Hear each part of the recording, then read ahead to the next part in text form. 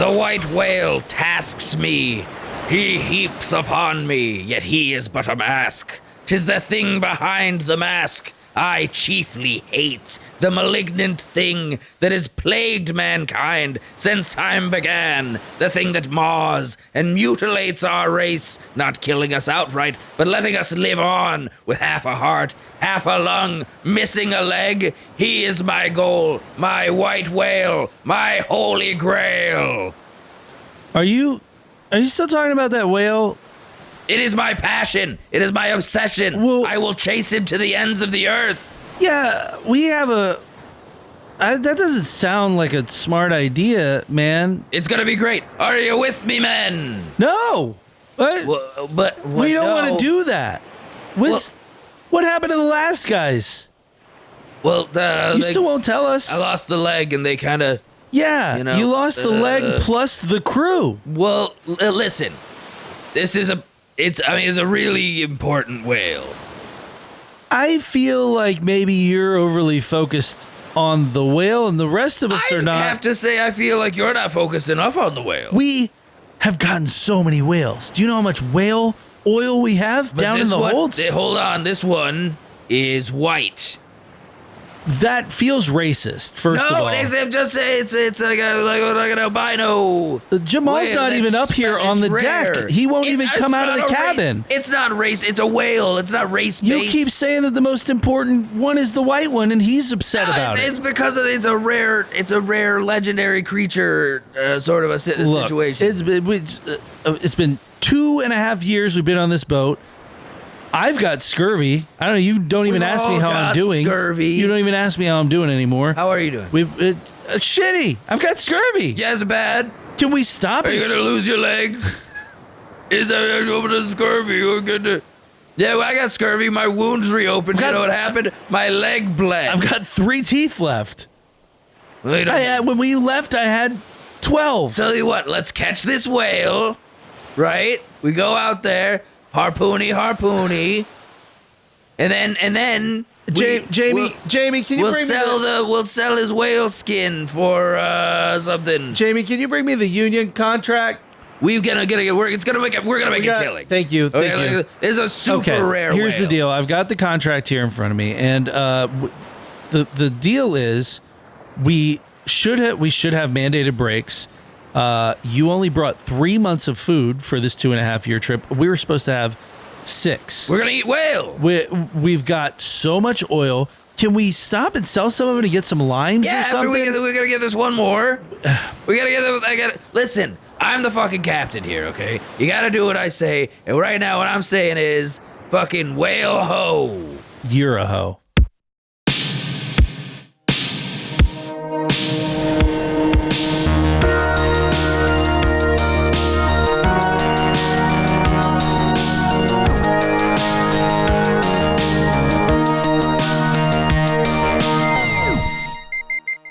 Welcome back, everyone, to Delete Everything Podcast, our dinghy in the middle of the ocean, hoisting up a behemoth from the depths so we can harvest its juicy, ooey gooey, lost, forgotten, omitted, and deleted knowledge and consume it as, I don't know, blubber and oil and stuff.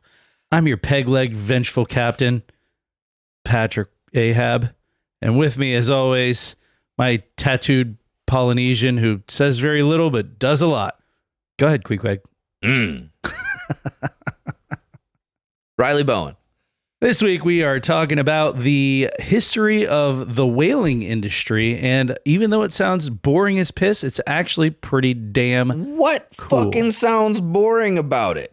I mean, a whole episode about whaling. It's only, I don't know, human beings killing the largest creatures on Earth in an element that we do not live in. Might as well be going into fucking outer space and fighting an alien with a stick. I am just big saying, fuck alien. Well, then that may or may not be magic and or a god. Convince me otherwise. That's what I was doing. Okay, thank you. Before we get into it, please get on whatever you're listening to. If you have not yet, give us 5 stars. Leave us a review on Apple Podcasts. Leave us a comment on Spotify. And those are the things those are the only things we need from you. And it helps us out tremendously. We would appreciate that very much from all of you. If you have not yet, Follow us on Instagram. Follow us on YouTube. You will see corresponding photos and videos and all kinds of fun stuff with all of our episodes on Instagram at Delete Everything Podcast. Riley. I'm going to do the Instagram. Damn it. I was going to do it today, but we're recording. We didn't. I'm sorry. I've been very busy. I'll do it. I'm doing it. You son of a bitch. Also, if you get on YouTube, you can see a whole bunch of short videos of us having fun in the studio. You know, some of the makings of, some of the silly little jokey jokes and laughter and all the things that bring joy to the lives of millions. If you're wondering where all those videos come from, well, they come from Patreon. Patreon.com/Delete Everything Podcast, where you will get something like 90 boners episodes. Hey. It now just rolls right off the tongue. Yeah. You're just going to let me softball that in, huh? Yep. Okay. You'll get something like 90 episodes on Patreon. These are all short episodes. They're a little more topical, a little more meandering, a little more fun, not so history deep. But we have a lot of jokes on there that we might not normally tell on our main. So you get a little extra fun and a little extra naughty on there. It's like Delete Everything Podcast After Dark. Secrets.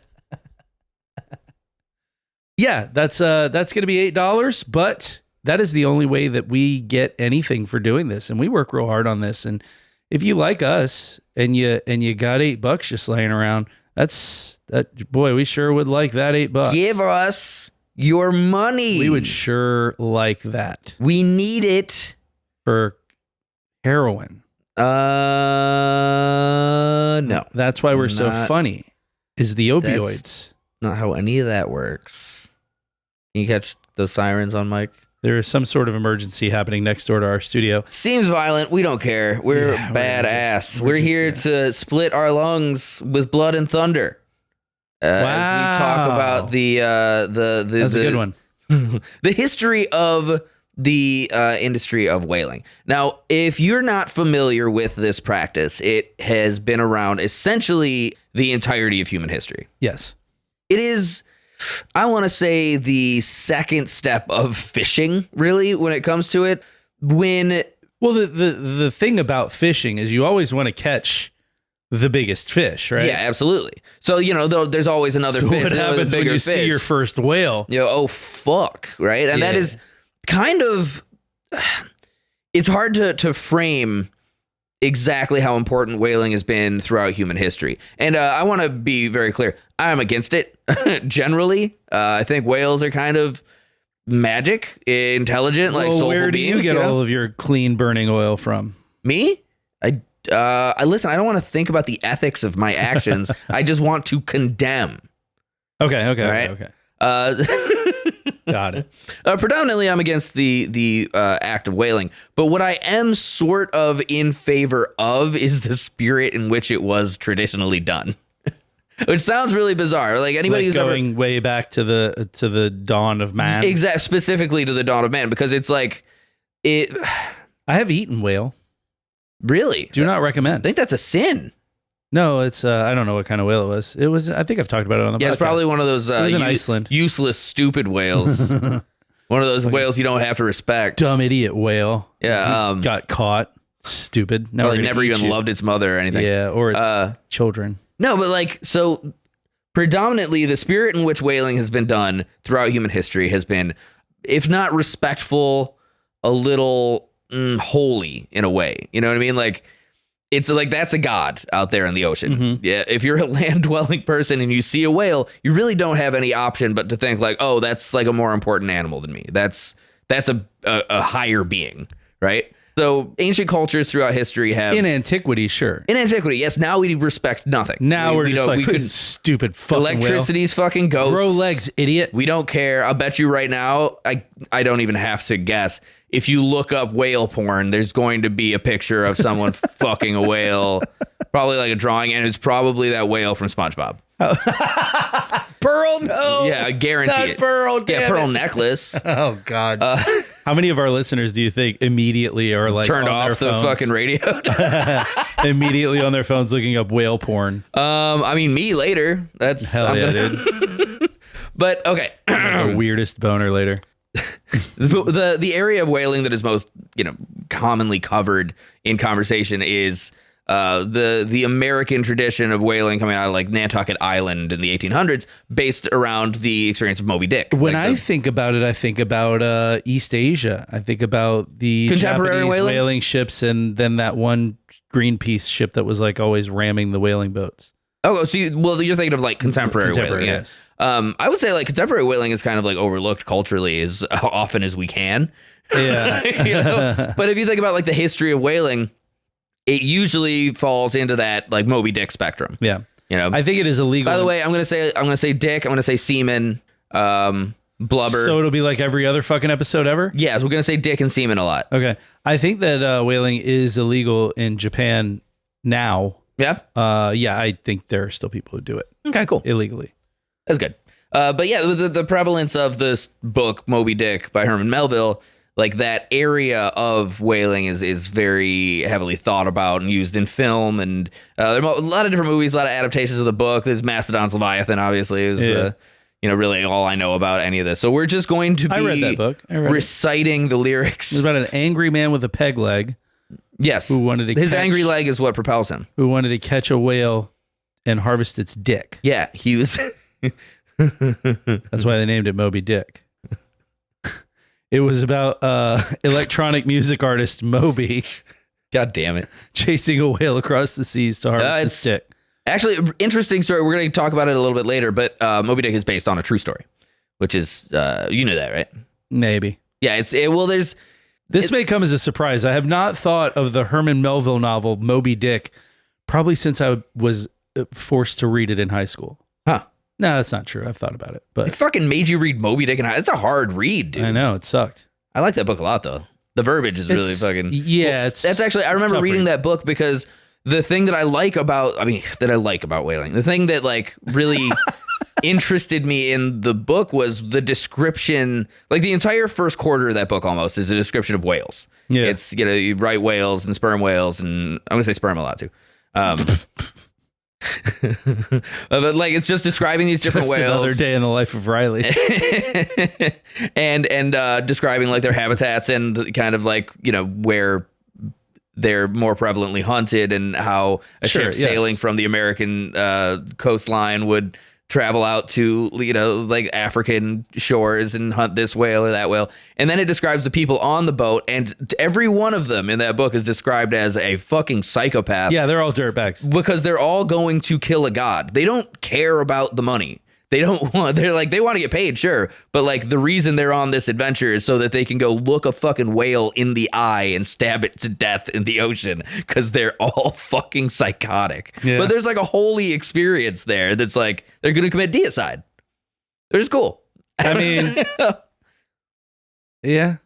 It's still, that is sort of the underlying. Maybe it's not cool. It's badass, but it's not like. But it is sort of the whole underlying sort of thing about the book. That is the literal thing about the book. Yeah. Even to the point that like fucking St. Elmo's Fire, not the movie, but like there's a whole section in the book where like the fucking rigging in the ship. Emilio Estevez, he's in that one, right? Maybe Judd Nelson, one of the Estevez, one of the Esteve. But there's a whole section in Moby Dick where like this phenomenon called St. Elmo's Fire, that's like this green sort of electrical charge that builds up on ship lines on like stormy nights. It like appears while fucking Captain Ahab's making some big old dumb speech. And so it's like a blessing from the heavens. That whole book is cool, but there's a lot of imagery like that. It's all about fighting and killing gods, and it turns out you can't really, because they will fuck you up real hard. But it's based around a story of gnaw your leg off of a whaling ship called the Essex that was stove in by a whale, is the descriptor. Okay. So a sperm whale charged it head on and fucking tactically sunk a whaling boat, and Herman Melville really liked that story, so he built an entire book around it. But we're gonna get into a little bit more of that. But okay, right now I want to talk about whales. What is a whale? Where did they come from? What are they doing? Run for your lives! That was a Buckethead reference. So approximately 50 million years ago, The guitarist? Yeah. Never listened to No. Buckethead's Giant Robot? Nope. It's a fucking great album. I've seen him in concert. I just have never listened. You just not a fan? You just got to see him? There's only so much like. That's why that first album is really good. There's a whole. It's called Giant Robot. There's a whole. There's only a certain where amount of does he that. come from? What is he doing? Look at the size of those shoes. Oh boy. Run for your life. Anyway, so approximately 50 million years ago, during the Eocene epoch, a lineage of hoofed, wolf-sized mammals began adapting to life near water. We're going to talk about that next week too. Oh yeah? Yeah, the Eocene epoch, amongst others. The Eocene epoch is a cool band name. Could be. Maybe. Seems like more of an album name. Over millions of years, these early cetaceans gradually abandoned land, and their front limbs became flippers, and their hind limbs diminished, and their bodies became streamlined, and their nostrils migrated from the front of the skull to the top of the head, so that they could breathe while they were submerged, and bing, bang, boom, you got fucking whales, baby. So they came from big-ass horses? Essentially, they were like wolf-sized mammals. So kind of like wild dogs. It's this proto like mammalian creature that is, it's the same.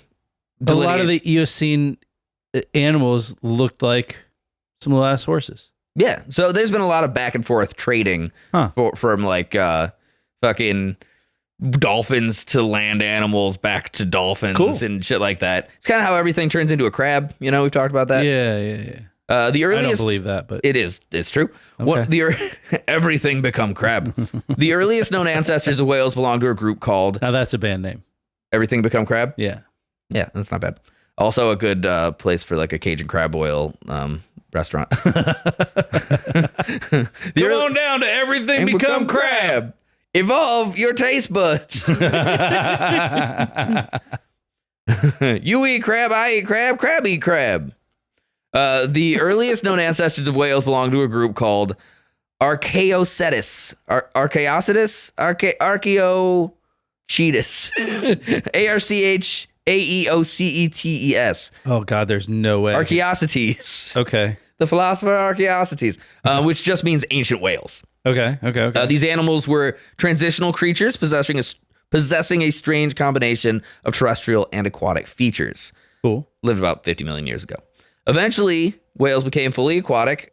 Archaeocetus was like this hybrid. I said that. Pretty cool. They lived near what is now Pakistan. It likely spent much of its life on land, but it possessed adaptations suggesting an earlier relationship with water. Much like man does now, interestingly enough. Do you know about the aquatic ape theory? I don't know. Cliff's Notes is that like man evolved from something similar to a mermaid. No, but I was not familiar with that. But was like a monkey too. Monkey Mermaid. Yes. Band name. Monkey see, monkey do, monkey me, monkey you. Okay. Yeah, so fucking whales. They become whales. They become the order Cetacea, which includes whales and dolphins and porpoises. And today, cetaceans are divided into two major groups. We've got the Mysticeti, which is the baleen whale. Balian. Balian? Mm-hmm. The balian. That is the pronunciation. I'm sorry. Sept of balian. It's probably. They are ocean gods after all. Yeah, they are. So they're great like filter feeders. And instead of teeth, they possess balian plates made of keratin. It's the same material as found in human fingernails and hair. And they were the ones that just suck in massive amounts of ocean water and then filter out the krill. Exactly. So yeah, they suck everything in and then push it all out. Right? Yeah. Through their teeth, which are kind of like fibrous hair comb teeth. And then it traps krill, and then that's what they eat. Right. They're called balian plates, and the plates hang from their upper jaw, and they allow whales to strain enormous quantities of water, capture small prey, yada, yada, yada. Major balian whale families include, nobody cares about that, but one of those is the right whale, which is in the Balianidia. I'm looking for the wrong whale, if you know what I mean. Hey. Oh, well, they're called the right whales because they flew the first airplane in Kitty Hawk? Yes, that was exactly right. Orville and Whalebur. Hell yeah, dude. But yeah, so right whales and bowhead whales are in the Balianida family, but they're called right whales because right whales specifically float when they die. Really? Right? So you got to think in terms of like major industrial whaling. it makes a lot more sense to kill something in the water if you can Find it. and take it back to your boat. Sure. As opposed to sinking and trying to fucking haul that bitch up onto your dinghy. Yeah. Which does not work so hot. Right. Okay. But yeah, those are the ones, the right whales, most associated with historic commercial whaling because their immense bodies contain enormous quantities of oil-rich blubber. Oil is not exactly rare. I think like there's like the oil from the earth, sure, but like you can make oils out of a lot of any shit. kind of fat. Pretty much anything in general, even plants you can make oils out of. But whale oil, because of the fats in it, burned super, super high. Like they just like a little bit would burn slowly and really bright. Okay. So a lot of the original, like when you hear about like gaslight in cities or lamp lights, Victorian lamp lighting in general, that's all whale oil. Yeah, and candles, the old candles and stuff. Yeah, all through Victorian England, pretty much any fucking thing that lit the night up came from a whale. Because, England, being an island, had a robust sea enterprise. Sure. Right. The blue whale is the largest animal ever known to have existed on Earth ever. Really? Yeah. That is the largest animal that has ever existed on the planet Earth. It exists now, so we exist at a pretty weird time on Earth. And, people still kill the fuck out of it. Really? Yeah, dude. I mean, that's like... Blue whales are targets for whaling? Why wouldn't they be? It's the biggest whale. If you were a whaler and you loved looking at this giant sea beast as you fucking stabbed it in the lung, right? And you saw the biggest whale, the biggest animal of all time, wouldn't that be like, oh, fuck, I got to do it? White whale, blue whale? I don't have that in me, but I Blue whale, holy grail. But I know that there are people who, pay obscene amounts of money to go to Africa and like shoot an elephant in the face. Yeah, and why? Just because they're bastards. Just to feel that their tiny penis feeling is not, like they're a god. Yeah. Well, sure, I have this tiny dick, but look at my Corvette. When and they my come back from head. Africa, they've got they can never feel that again, so they end up going to public parks. Well, until you killing joggers. Until you hunt man. Yes, the most dangerous game. The most dangerous game. Second most dangerous is a big fuck whale. Or a pissed off elephant, or like a lion. Hippopotami. Well, that's kind of like I think they call it like the big five in Africa. Yeah. It's lion. Yeah. Leopard, elephant. I don't remember the other two. Hippopotamus. I don't think that's one of the big five. No. Kudu. Maybe a water buffalo might be in there. Kudu. Rhinoceri. I don't know. Cheetah. I don't know if cheetah's in there. Rhinoceros is one, I think. Hell yeah. Yeah, I don't remember. But anyway, so if you fuck all of those animals, rich assholes, you get like powers. Rich assholes pay lots of money to go fly to Africa and then like meet up with some poachers to go shoot those animals with a high-powered rifle to prove how big of men they are.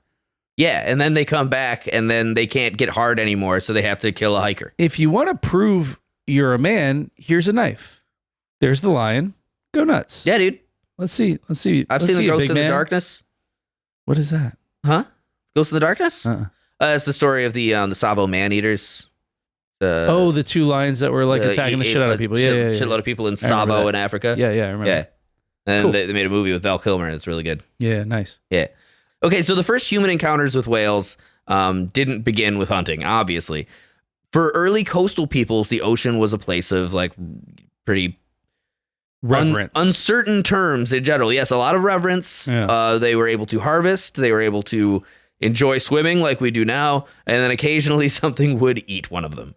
Unlike terrestrial animals. That's because you angered the gods. Yeah, or you were fucking around. Just, you weren't, you angered the wrong god. Right. Or a devil or something. Sure. I don't know. The fucking ocean is crazy. Today, right now, if I was... Patrick and I were literally in the ocean yesterday. This is how good friends we are. We frolic in the shore. But we did frolic. Yes, we were in the ocean for a while yesterday. But yesterday, if we were in the ocean, if I had looked out and seen fucking Cthulhu rise from the deep, I wouldn't be surprised. I'd be like, shit. A whale, a shark, a big fuck squid, a fish man. If it had wrapped me with one of its greasy tentacles, would you have helped? Or would No, you have gone probably the other not. way? That's fucked up. See, I would have What am I helped going to help? What am I going to do? you. I would have helped. The fuck am I going to I'm do? gonna bite through it. I'm going to bite through a tentacle? Yeah, why not? No. That's pretty much it for you. That's fucked up, man. I mean, listen, I would, if we got mugged and somebody was going to stab you, I'd intervene. Okay. You know, if we were, if there was just a mass You wouldn't shooting, run away and just be like, love you, miss you. No, there was a mass shooting happening at the Winn-Dixie while we were there. Okay. You know, I'd throw a cabbage right at that guy Winn-Dixie's just to get his crazy. attention on me instead of you, you know? No, I don't need you to do that If either. a fucking giant squid starts chomping on you in the water, I'm going to go, whoa, fuck. And I'm going to get the fuck out of the water, dude. Okay. I'm going to fight Because that the squid. ocean is in itself a god beyond imagining, and I don't want to fuck with it. You know what? I actually am okay with this because I feel like there is an additional amount of rage, like in one being like, this fucking squid's not going to take my ass out. Right. So that's going to help me fight with like more rage than normal. Yeah. And then compound that with my best friend just left me and said, love you, miss you. And swam away. I miss you. That's gonna amplify. That's gonna amplify me. Anything that I'll still die. But I'm going to take one of those eyeballs out. And it's, yeah, I'm gonna fuck that thing up. that beak is just ripping your guts out. The whole time. I'll do something. Get a couple of good hits in. No, the ocean is full of monsters beyond imagining, That is and true. I don't like that shit. I'm not afraid of like a specific thing at all, you know, but I understand that there's no handling that. If think of it like this. If you were walking in the jungle, say we're walking in the jungle together, and all of a sudden you got attacked by a swarm of bullet ants so extreme that your body's covered instantly. Sure. I'm not going to help you because that's death. I'm done. Kick me real hard. Maybe knocks him off. And make it easier for me to stop, Douse drop, you and in roll. gasoline, maybe. Yeah, maybe. But mostly I need to get the fuck out of there before the ants Yeah. get on me. Okay, fair. You know? And that's Earth. That's on land. I can say, so for my whole life, I was always real skeeved out, as I think most people are, by anglerfish. You know, with the big old jaws and the stupid little Those thing. things are cool. I mean, they're cool. They're big as That's what I'm saying. Like a few years ago, I found out those because I always thought they were like football sized. No. And I'm like, those things are creepy. the And then I found the out, size of you, if not bigger. yeah, then I found out they grow to like 6 feet. And I was Yeah. like, oh my God, I don't like that. No thanks. And something eats them. Yeah. Down in the deep, in the dark, in the cold. I don't fuck with that. Yeah. James Cameron might fuck with that. I don't. And I don't have like thalassophobia. I'm not afraid of like deep water or any shit like that. No, same. But no thanks. Again, there's a difference between phobia and an active fear. So on that exact point, the people required to go hunt one of these big, like you were just talking about squids. Right whales eat squids. Yeah. Fucking there's sperm whales. Sperm whales eat squids. Too. Yeah. So Giant squids. giant squids. Yeah, like there have been accounts of whalers watching giant squid and sperm whales fighting. Yeah, in the before ocean. I lost my incredible battle jacket, like fucking band patch vest, my mastodon patch is so good, or was so good, because it was Moby Dick fighting a giant squid. From the album that we referenced earlier. Fucking dope. Yeah, hell yeah. I missed that thing. Anyway, okay. Early coastal peoples had like a contentious relationship with the ocean. Unlike terrestrial animals, which could be tracked through forests, valleys, and yada, yada, yada, marine animals were really impossible to track. In general, you had to be an opportunist with them. That just means constant observance, right? Okay. So like think about it like this. Well, most whales are migratory too, so I guess wouldn't be too hard to be like, hey, every February they seem to be around a lot. Yeah, so like say you're in like Greenland, right? And your job is to, hey, it's this time of the year, sit on this cliff and watch until you see the thing that's going to feed the entire village for the next year. Okay. And then make sure we all get out there to kill it. And like it'll be the most important thing you've ever done in your life. It'll like literally feed everyone that you know and love for a year. Well, so back to my story earlier about eating whale in Iceland. Did you go out there and you got one? No, so there's a day of the year where everybody eats this, like, basically, to your point you were just making, it's like a day of the year where it's like, oh, this is like a tradition. We're all gonna eat this fucking old vinegary whale shit that they used to, like, I guess the way they used to do it is, in order to preserve it, they dig a big ass hole and they'd throw the whale in there. Yeah, ferment it. And then they'd pee on it. Yeah, with because piss. the ammonia from the pee helps keep the. They shave some cabbage in there. Well, now they just use, you know, some sort of vinegar or something that's, I don't know, maybe some ammonia. I don't fucking if I know. It tastes horrible. Yeah, it's like kimchi. But it was I was there and they were doing the thing and I was like, fuck it, let me try it. And I'll drink some of this piss. The guy literally, well, they don't do it with piss anymore. Or maybe they do. I don't know. You don't know. You're fucking an Icelandic. But the guy literally tried to talk me out of it. He was like, it's not good. I'll be the judge of that. And he was right. He was not good. But I fucking soldiered through it. Gross. Yes. But yeah, so confirmed. Like, you know, original, like back in the day, you wouldn't be able to track a whale. You would have to have the opportune moment to see them and attack them. Sure. Right? Because a whale doesn't leave any sort of a trace. It's there and it's gone. Right? Yeah, you're not going to follow its sea trail. Yeah, exactly. But occasionally there would be a whale carcass that washed ashore, and that represented like a huge windfall for ancient cultures. Okay. You know, imagine you were an Inuit. Yeah, we're eating good now. Yeah, exactly. Like you've been diligently trying to keep your food through the winter. You are pretty fucking hungry. And all of a sudden you come across the biggest fucking animal you ever saw in your life. And it is now dead on the shore and harvestable. And you get any kind of shit from that. You get, you know, like bone tools or whale skin clothing, oils, food, anything. Yeah. All kinds of shit. That's very cool. Yeah, a blowhole. You can fuck that. You can fuck that, dude. Yeah, we can all fuck that. Yeah. It doesn't have to just be there for she me. blows. Oh my God. But a single large whale contained an extraordinary amount of usable materials, thousands of kilograms of meat, enormous quantities of fat, thick bones that you could use for like structures and shit. There's actually, do you ever watch that show on Netflix? Love, Death and Robots. Yeah. There's this fantastic short on like the third season, I think, where it's kind of an introspective little thing about a whale that washes up on shore. And it's essentially this guy just kind of talking about, you know, like watching it. First, it's like a tourist attraction. People take pictures of it. Then it starts to degrade and decompose. People take parts of it, and you know, you can see I remember this. You can see like the remnants of like bones fucking hung up outside of like taverns for the next 20 years. That's right. Yeah, but it's a person in the short. It's a giant human. That's right. I remember now. And it's one of the coolest things ever. But like, it's all about just like this thing is so fucking massive that it making its way to people that live near there at all creates this like ripple, and it's going to like there'll be traces of it for generations. And I think that's fascinating, especially in like you think about, you know, ancient cultures and how they didn't really have like the concept of, you know, past and future the way that we do now. Right. You know, it was just an unbroken lineage of their people throughout the ages. You know, and you're living in a fucking house made out of elephant bones. Yeah. Or whale bones. Whale bones, yeah.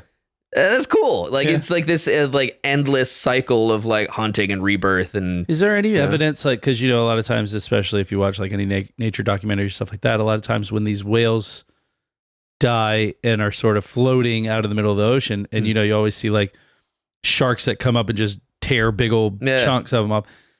You think anybody ever like went out there and they were like, well, whale might be shot, but you didn't get some of these sharks? I'm sure. Well, actually, there's a big phenomena there's a bit of an industry even for the pursuit of floating whale carcasses that just died naturally. Right. Because you can harvest things like ambergris from them. You know, ambergris, if you don't know, is like an oily substance from the inside of a whale's, what? What's funny? Precious hamburgers? What? It's another Futurama reference. Before we started recording, I was singing the Whalers on the Moon from Futurama, I think like the second episode ever. There's also an episode later on where Kif gives something to Amy, and she's like working in like a SeaWorld adjacent type thing, and then the whale swallows her I think it was like a watch or something like that. And so Kif's just trying to get it back, and but somehow I don't remember the whole setup, but there's like they're trying to get him, and he's wondering why everybody's like trying to get him after he gets the watch, and it's because the ambergris, but he thinks it's because they all want the watch. And then there's like one of those like little hologram things, and it's Roseanne Barr explaining what ambergris is. Wow. And she's like, precious ambergris. And he's like, precious hamburgers? That's so fucking stupid. It was a long walk for me to explain that. Ambergris is essentially like whale vomit. It's an oily substance that exists in a whale's stomach. Yeah, and it's used to make like perfume. It's used to make perfume. It's like very, very potent, and it smells bad actually, but like you can add stuff to it to make it smell good. And the thing is that it lingers forever because it's a sprayable oil. Right. It was very, very, very valuable forever. But the best way to get that is from like a dead whale already, because the ambergris will like separate in their stomach, and then you can harvest that. Or if a whale died like deeper in the water and submerged or like fucking floated up too fast, its stomach would actually come out of its body. Well, which happens, it's called bloat. It happens to fish all the time. It's from depressurizing on the way up. Exactly. So if that happens from a whale, you can get the fucking ambergris out of it. It'll just like float on the water. And so that's gross and super, super common. Precious hamburgers. So in regions where plant growth is limited and large terrestrial animals were scarce, a stranded whale could mean the difference between survival and death, really? Yeah. For a whole village of motherfuckers. The archaeological record suggests that humans have been exploiting whales for thousands of years. Though the earliest examples are often difficult to distinguish between deliberate hunting and scavenging. A whale bone found at an ancient settlement does not necessarily prove that people killed the animal. It may simply indicate that humans recognized and utilized an opportunity for when the ocean provided one. Okay. Now, one of those bones shaped into a dildo, that's probably intentional. The dildo is, but Yes. I mean, they might have gotten the bone from just a whale washing up. Maybe. And then that one real perverted Inuit was like, I don't know what to do with that. I don't know what I want to do with It's that. the perfect width. Real sneakily looking side to side, just fucking walking. One of the earliest known examples comes from coastal Chile, where archaeological sites demonstrate the use of marine resources more than 7,000 years ago. Along the Atacama Desert coast, one of the driest regions on Earth, ancient peoples relied heavily on the ocean for survival. Whale remains found in these settlements show evidence of systemic cysts. Just chock full of them. Whale remains found in these settlements show evidence of systematic processing, suggesting that stranded marine animals were an important part of their subsistence strategy. Sure. Similar patterns appear across the world. Along the coastlines of Japan and northern Europe, Alaska, Siberia, prehistoric peoples incorporated whales into their diets and material cultures. The details differ from region to region, but the underlying pattern is remarkably consistent. Wherever humans lived near whales, they developed ways of understanding and utilizing them. Pretty much all places that are coastal and the water's cold. Yeah, exactly. Yeah. Exactly so. And then like there is an interesting phenomena where We have right whales that come through here. yeah, absolutely. Yeah. Like January, February. I But think. there's an interesting phenomenon with whaling if you travel towards hotter regions, because well, whales are real big, and they're not fish, they're mammals, but they're fucking fish, right? So Are you setting up a real big fish joke here? I'm not trying. Listen, Oh, Jesus Christ, just do it. I'm not trying to make a real big fish reference. I'm not. What I'm saying is You're just that gonna fucking soldier through anyway, huh? no, just shut up. In hotter regions, it's harder to process a real fucking big fish, right? Sure. Because they're like a New York ska band. Oh my No, God. like California, right? damn California. it. No, but like I'm saying, I don't care. In hotter regions, if you have a gigantic whale, right, and you hunt a gigantic whale, you've got about 2 hours to process that whole motherfucker and pack it in salt and keep it in the shade Before it starts or it's going going bad to in the start sun. going back because it's big fucking fish. Also, I would venture to say that in more tropical regions, you have a lot more things you can pull Yeah, out the of the variety sea. is huge. Yeah, exactly. A lot more stuff you can pull out of the That's sea. than- why if you look at Polynesian cultures, say around Hawaii, less whale hunting, Sure. more like tuna and things Yeah. like that. But if you go towards like New Zealand, where it's a more temperate, cold as fuck. out there, right? Well, the Maori in New Zealand, they would absolutely hunt whales. Sure. Because it's not going to rot right away. And to your point earlier, you're going to feed everybody for a while on that thing. Exactly. Yeah. Well, I mean, I feel like just from a risk assessment sort of, way of looking at it, like we're pulling all kinds of shit out of the sea over here in fucking Oahu. Like, Yeah. the fuck are we going to go fuck with that big ass thing for? Yeah, exactly. We got dolphins. Somebody's fish, going we got to this, die. yeah. Look at all these other fish we can get. That's fair. It's I think like if you're living around, like If you're in Nova Scotia, you're looking at it going, if we don't go get that thing, people are going to die. More Yeah, people are going absolutely. to die than the people that might be at risk if we you're go after it. living in like a bucolic area where there's a bunch of cows grazing around, and then over in the mountains there's a 20,000 pound fire breathing bull, you're probably going to leave that motherfucker alone. Yeah. Yeah. Okay.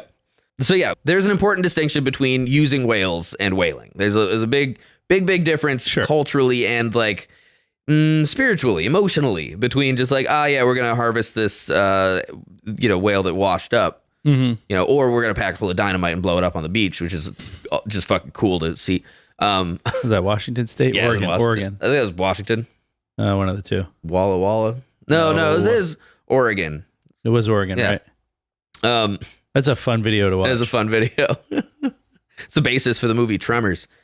Really? Yeah, dude, like the way, in Tremors when the thing blows up and then a few seconds later the goop starts raining. Oh, yeah. Right? That's because of Because of because that? of that whale video. Because somebody That's saw fun. that and they were like, that's good stuff. If you guys haven't watched that, just watch Yeah, Tremors rules. the video of them blowing up a whale that washed up in Oregon is real funny. People screaming and running and giant chunks of blubber destroying They're like, cars. we gotta get this. So a whale washed up on this beach, and we were actually. I think we'll cover this at some point. There's a request actually from a longtime listener, but a whale washes up on the beach, and they're like, well, usually the cleanup for something like that would require like a lot of chainsaws and fucking, what are those things with the big forklift things? Oh, I was talking about bulldozers. Bulldozers. They require bulldozers and chainsaws and fucking dumpsters and all that. A bunch of bad stuff. Unless you're someplace where there's a native population that you can be like, you guys want this whale? Because that's still something. There's a lot of native populations all around the world. I don't think in 1970s Oregon. that Or it might have you even don't been think 80s. that there were any natives in 1970s Not Oregon? that required. You understand what I'm saying? Shut up. It's no longer really like a requirement. It's more of just like a cultural thing. Anyway, we'll talk about that a little bit later. But so they were like, hey, it'd be a good way to clean this up. We can just blow it up with dynamite. Just pack it full of dynamite and blow it up. Instead of chopping it to pieces. People like came around to watch it happen. This motherfucker goes up big. And like the news reporter's like, well, there you have it, kids. The whale. And then just chunks of whale start falling for like a half a mile around the area. People are freaking They the were fuck supposed out. to have put enough dynamite in it to basically Like vaporize it. at least make the chunks smaller. But there were some big old Yeah. So it's just there's started- like in the video there's like these old like 60s 70s cars that are just like chunk. like the whole roof of it just like caved in from a big old whale chunk. Grandma was killed by whale blubber. 90 miles an hour. The explosion itself is impressive also. So the Arctic represents one of the most important centers in the history of like the human whale relationship. In the Arctic, whale hunting isn't merely an economic activity. It was the foundation of entire cultural systems. Right? The Arctic environment's a place of like super big extremes, right? You got long winters and limited agriculture and sparse terrestrial resources. So a lot of human societies were forced to develop extraordinary knowledge of marine ecosystems. Survival depended upon understanding seasonal cycles, when seals migrated, when fish appeared, when caribou traveled, and whales passing through coastal waters, like you were saying. Yep. Among the most important species was the bowhead whale, which is another Balian. Yep. Say Balian. My cousin Balian. Another Balian whale called the Baliana mysticetus. The bowhead was uniquely suited for Arctic hunting. Unlike many whale species, it spends its entire life in polar waters. It possesses an enormous skull capable of breaking through sea ice, which is just a fucking cool evolutionary feature, I feel like. A thick layer of blubber has a thick layer of blubber to survive freezing temperatures and a relatively slow swimming speed compared with a lot of other whales. So it's kind of an easy catch. Okay. Right? For Arctic people, the bowhead was a foundation for their society. Groups like the Inuit, the Yupik, and the Chukchi developed sophisticated hunting traditions around bowhead whales. These hunts required cooperation among a bunch of different people, often involving entire communities. That whale looks like a dick. With a bowhead? Let me see the picture. He does look like a dick. Dick whale. It looks like fucking like one of those big bullets from Mario. It's a crazy looking whale. It is a crazy looking whale. One day there will be an Instagram photo of it. That's pretty crazy. The hunt was a pretty risky operation generally. It's a small skin boat, like an umiak, they're called. Would bring hunters into the water where a creature weighing tens of thousands of pounds could overturn the vessel with like a single movement. Yeah, and the literally weapons, with like a tail slap. Yeah, not even, just sort of like ripple too hard. Oh, there it goes. Like, fuck you. The weapons were like bone or stone points attached to long shafts connected by lines made from animal sinew. Very primitive stuff. And the goal isn't like immediate death. It couldn't just be fucking killed and hauled into a boat. So instead, hunters sought to attach harpoons that would tire the animal and allow them to follow it. Right. So they'd make these floats from inflated seal skins and they'd track the whale. Like they'd fucking, are you looking at dead whale pictures right now? No. When is this from? Watching that video of this might be fake because it's a link to Facebook, but it's scientists uncover bowhead whales still carrying a 19th century harpoon pointing to more than a century of survival. That makes sense. Yeah. The picture's dumb as hell. Yeah, but there's no way sad. That's real. I thought you were looking at that video of Steve Vai clubbing a seal from that concert. We went to go see Steve Vai. By the way, bowhead whales are not social animals. They're solitary. Hey.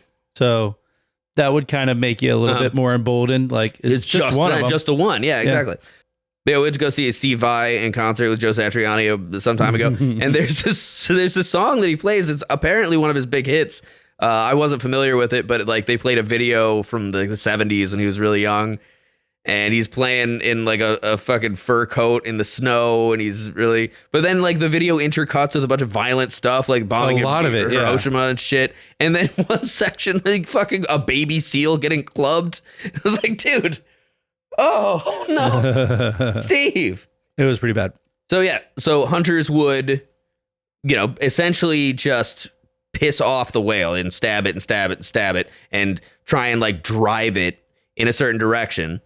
And they'd make these balloons, essentially, from inflated seal skins. They'd track the whale, and then they would take these floats and put them on the line and stick the harpoons into the whale. Right. So if the whale tried to go under the water, the inflated seal skin would pull it back up. Jesus. Which is brutal. Or at least make it difficult for it to dive too far for too long. Yeah, it's the exact same theory as the movie Jaws with the barrels. It took a lot of patience and a lot of skill. And eventually they'd tire it out. And then with it floating on the seal skins, they'd be able to haul it back in the water. Because otherwise, it would just fucking sink. Apparently, they live to 200 years old. Yeah. Yeah. Yeah, whales are gods. Crazy. That means an elderly bowhead whale? Yeah, bowhead. Yeah. An elderly bowhead whale right now was like just chilling in the 1820s. Yeah. Just being born. Just everything was new. Yeah. Being hunted by the same fucking whalers that Moby Dick was being hunted by. Like early industrial revolution. Yeah, exactly.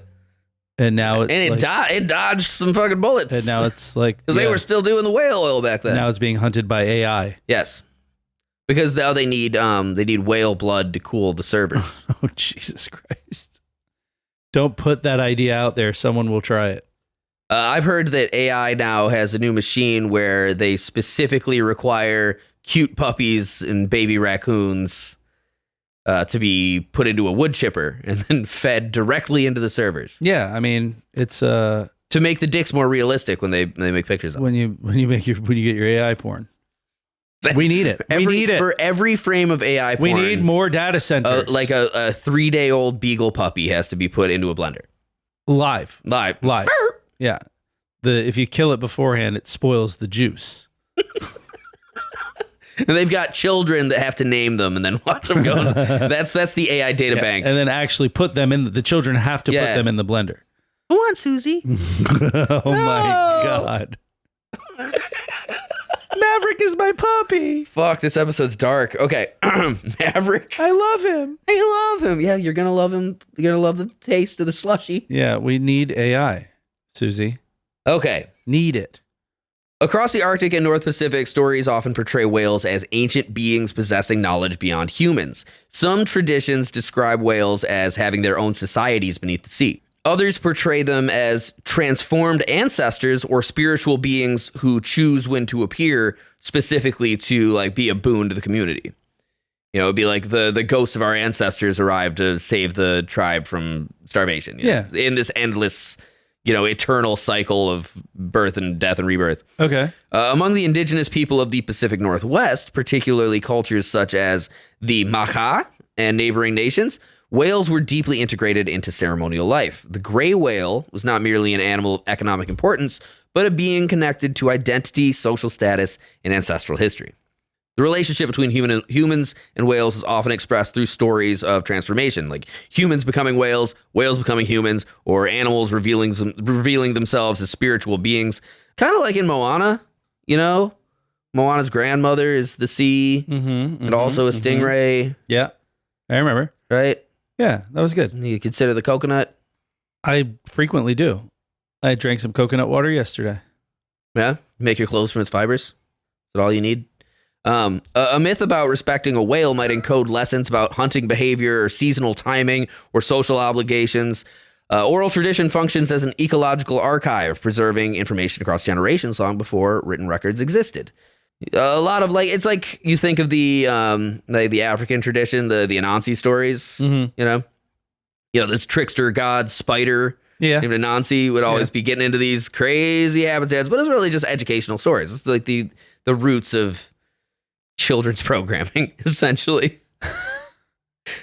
Children's programming is, I think, going a little far. I guess, but if the story is like, well, the mischievous spider stole the banana and then the banana farmer chased him with an oar. I mean, that's an adult sitting by the fire is going to be like, yeah, I know, the fucking bananas, Jesus. Yeah, no, this is how I teach my children not to steal the banana. Exactly. So it's like the early PBS kids. Yeah. Anansi did it. Look what happened to him. Yeah. Don't steal the bananas. Yeah, exactly.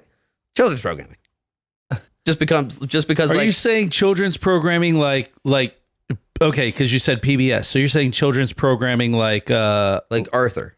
Okay, I thought you were saying like we're programming our children to be mindful little drones.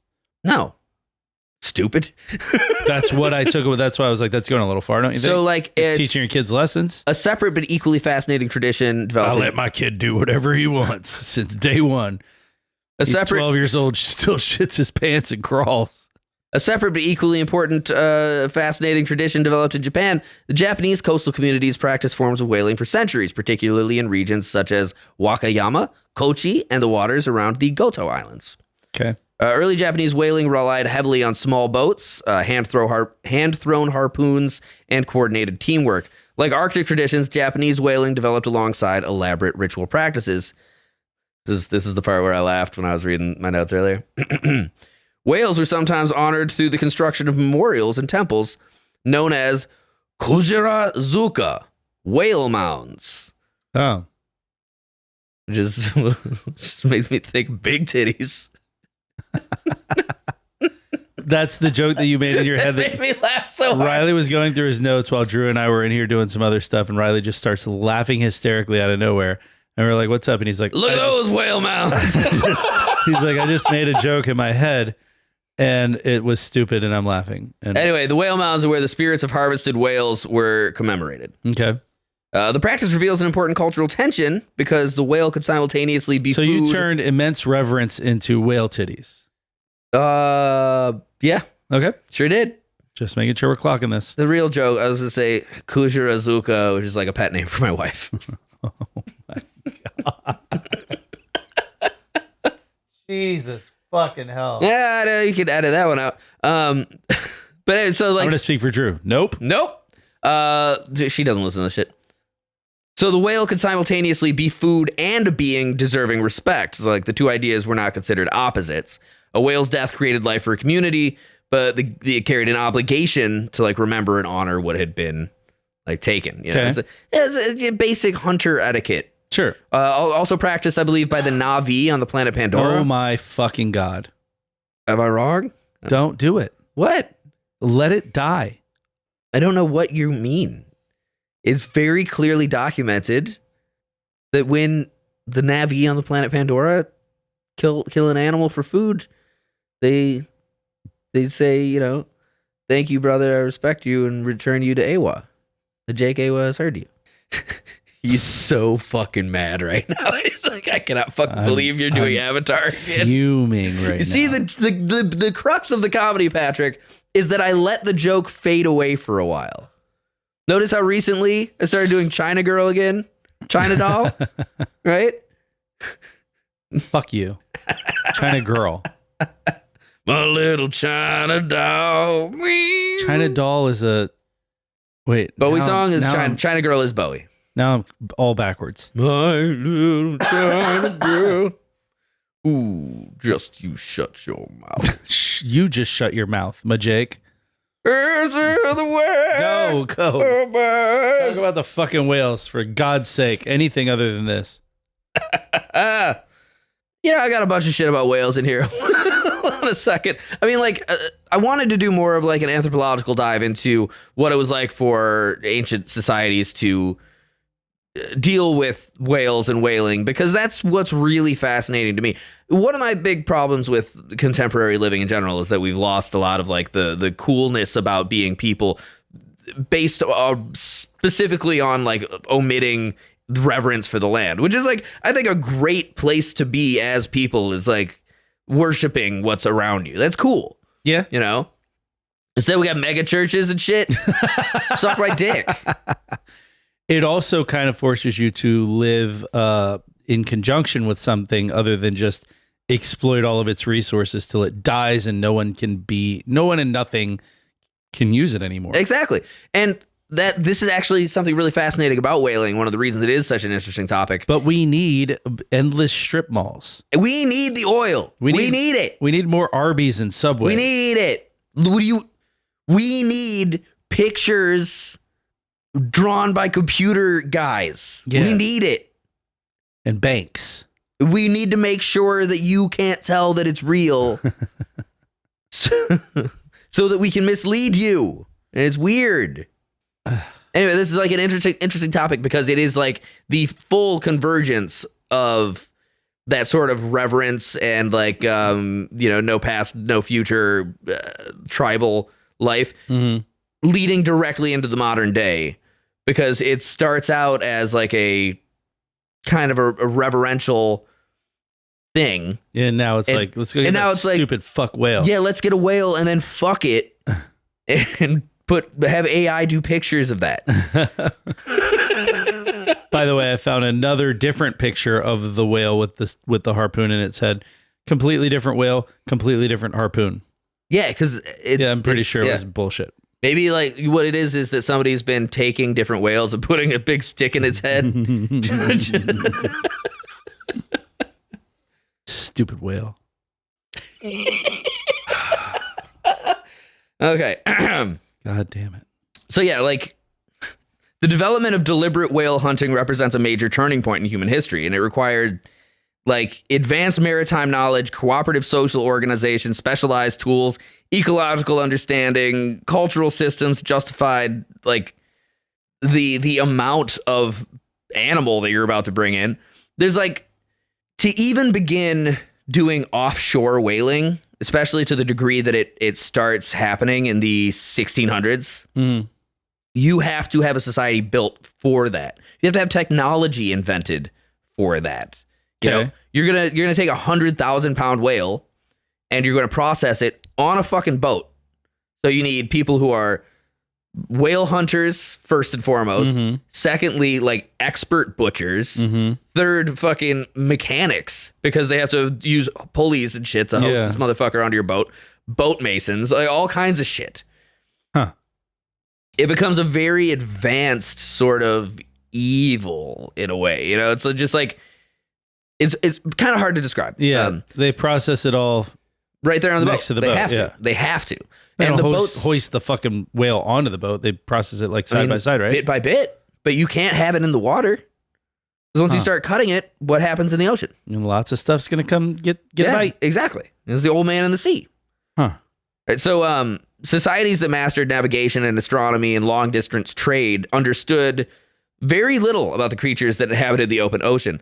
The ocean itself was often imagined as a boundary between like the known and the unknown worlds. The ancient Mediterranean world provides one of the earliest written traditions concerning whales, though it's important to recognize that the Greeks and Romans were not primarily whaling societies. That wasn't really their shit. Aristotle, you know Aristotle? 384 to 322 BCE.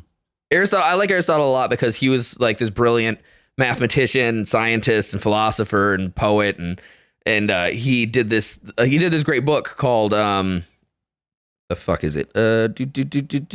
Says right here.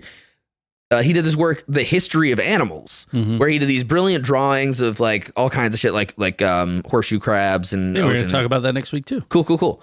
Because Aristotle's great in that regard, but his science ended at like, look at this horseshoe crab. Look at how crazy it is with all its leg. Man, the gods must be crazy. That's like his shit. Yeah. He's like, it does this and this and this. It could be upwards of 40 years old, and because the gods said. Cool. That's fun.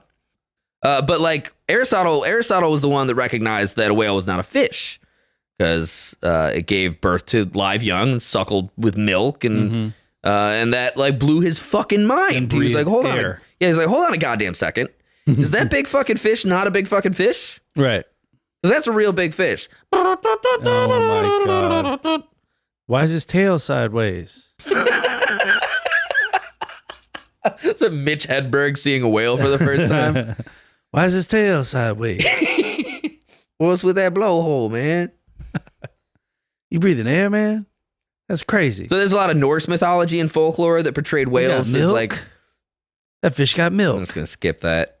That's some fish milk. Medieval whale economy. I got a lot of fucking shit here. The whale economy? The medieval whale economy. Oh, what did they use for currency? Actually, fascinatingly enough, during the Middle Ages, European demand for whale products began to grow really heavily. One of the most valuable products was not oil. It was baleine. That's their balls. Yes, it was the whale balls. It's where the sperm whale comes from. Spermaceti kept. That was a good whale joke. So baleine whales possessed plates in their mouths, right? And those were used for corset stays and umbrella ribs and fishing rods and carriage springs. Oh, because they're real thin and decorative items. Yeah, exactly. So you'd have like, you were like thin and spindly. Some rich debutante be like, yes, my corset is made of whalebone and held together by the fibers of their teeth. You have a fucking brush made out of a fucking out of a whale jawbone. Do you see my parasol? Whale bones. That's right. The finest whale bones from... Yeah, so baleine was treated for centuries as a rare and valuable material. Whale oil, meanwhile, became increasingly important as fuel and industrial substances became consumed at a more industrial level. And that shit was used for lamps and leather treatment and lubrication. You know what I mean? Lubrication. And for entire metropolitan areas burning to the ground. Yeah. Also, soap production. Yeah. Because we've talked previously about like Dr. Bronner's Castile soap. Sure. Made with olive oil, right? So you can make whale oil soap. Yeah. Make it peppermint. Make soap out of any kind of oil. Put it oil. right in your butt. As one does. I actually really kind of want to try whale soap. Like, all this stuff is terrible. Like, I don't think we should use it because I bet it's cool. I like Castile soaps. Okay. Yeah. Well, I mean, you don't have to kill the olives. I'm not saying that I'm going to have a whale killed so I can fucking bathe in its oil. But you're just saying, well, if the whale's already dead, somebody's got to buy it, right? I mean, I just happen to have, actually, true story. Growing up, my parents got that's participating in supply and demand. not anymore. Yeah. Shut up. When I was a kid, my mom had a jar of whale oil in the basement. Or To have, because my parents were hoarders and my mom worked in museums and shit, so we had like weird artifacts and stuff all over the place. My childhood was fucking weird. Like you don't even know like the half of it. Like my shit was weird. Okay. And one of those weird things was there was a jar of whale oil at my house, just sitting there to look at, just to have and go, yes, whale oil. Mom, is anybody drinking this whale oil? Can I have it? No, you can't drink it. Don't touch it. That's mine. I'm going to drink it later. That probably ended up in the trash. That's crazy. Is it? Because Kinda. a lot of stuff ended up in the trash, buddy. My shit was weird. Okay. So as European cities grew... Next to your dad's Donald Duck porn drawings. Oh, yeah. Yeah. Well, he wouldn't draw them, but he had several books. I thought he drew them.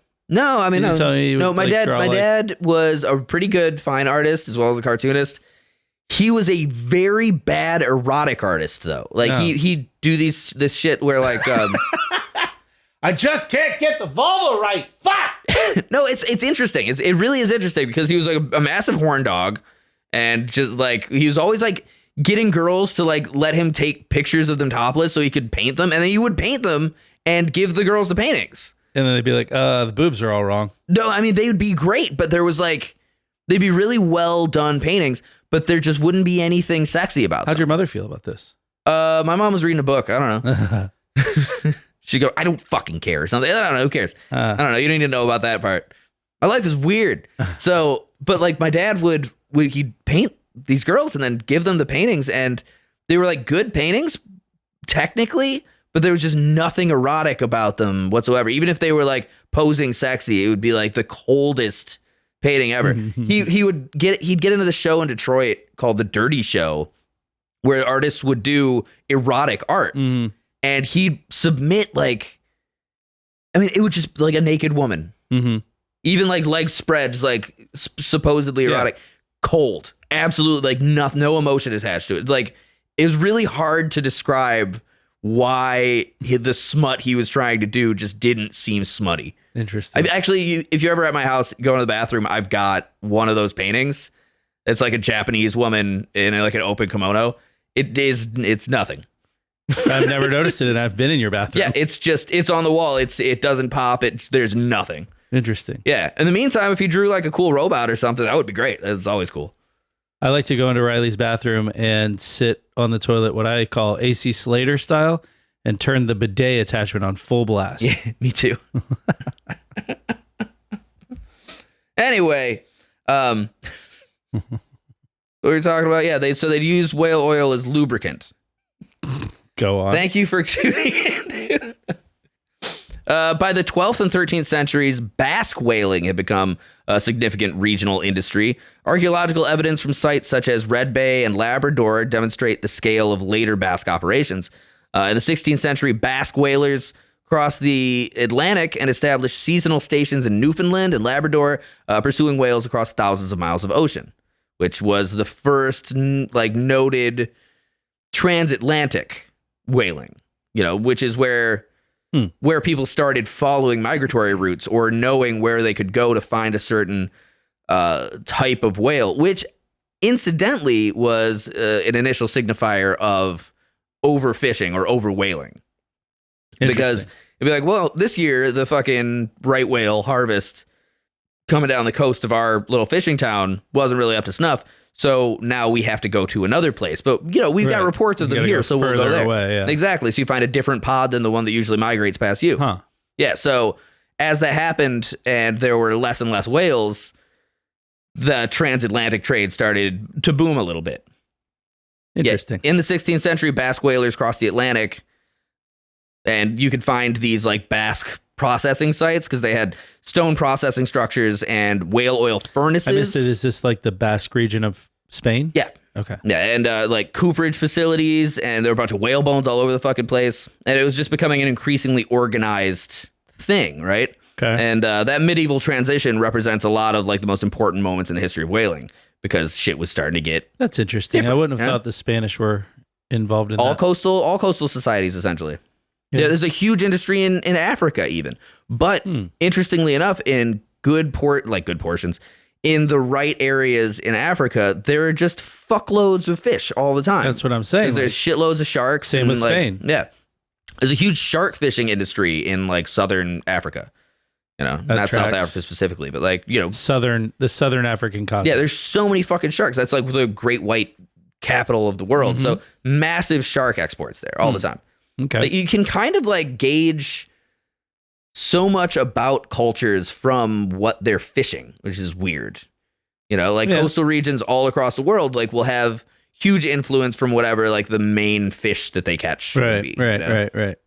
Even like go to Florida, go down to the Keys and shit. You're gonna see a lot of like this is just art representing like sailfish and shit all over the fucking place. tarpon.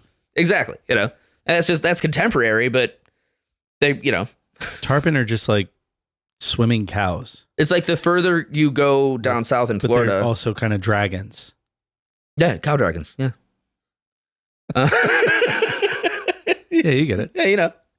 But like, yeah, you go further south in Florida. Every restaurant you stop at is gonna have a big fucking, I don't know, a sailfish or a swordfish or fucking wahoo or some shit. And yeah, A lot of mahi, yeah, exactly. dolphin. Yeah. Spain and Portugal dominated really early ocean exploration, but other nations soon challenged their dominance, like England and France and the Netherlands and then Denmark. Okay. Right. The North Atlantic became a really The Danes. Give me a break. Dane Cook again. The North Atlantic became a contested economic space, right? And like, so you think about it like this.